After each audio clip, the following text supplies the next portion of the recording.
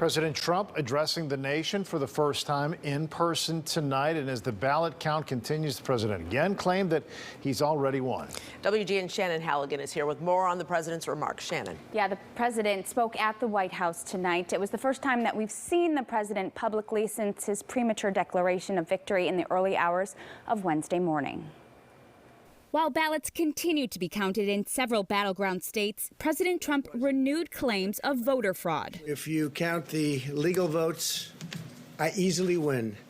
If you count the illegal votes, they can try to steal the election from us. If you count the votes that came in late, we're looking at them very strongly.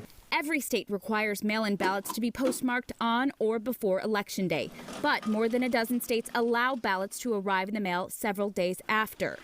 Still, Trump supporters protested in places like Phoenix, Detroit, and Philadelphia in support of the president's claims.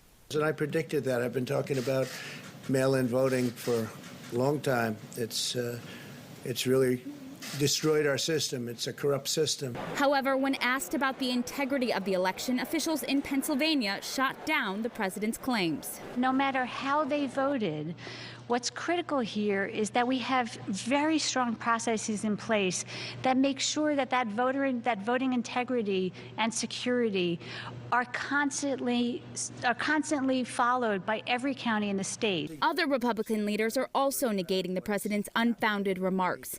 Illinois Congressman Adam Kinzinger responded today, saying in part, if you have legit concerns about fraud, present evidence and take it to court. Stop spreading debunked misinformation.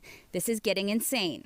Still, at a rally in Georgia today, Donald Trump Jr. assured a crowd that the president will not back down. And we're going to fight each and every one of these. And judges in Georgia and Michigan have already dismissed Trump campaign lawsuits. The president promised today, though, even more litigation. Mike Henry. All right, Shannon, thanks. Another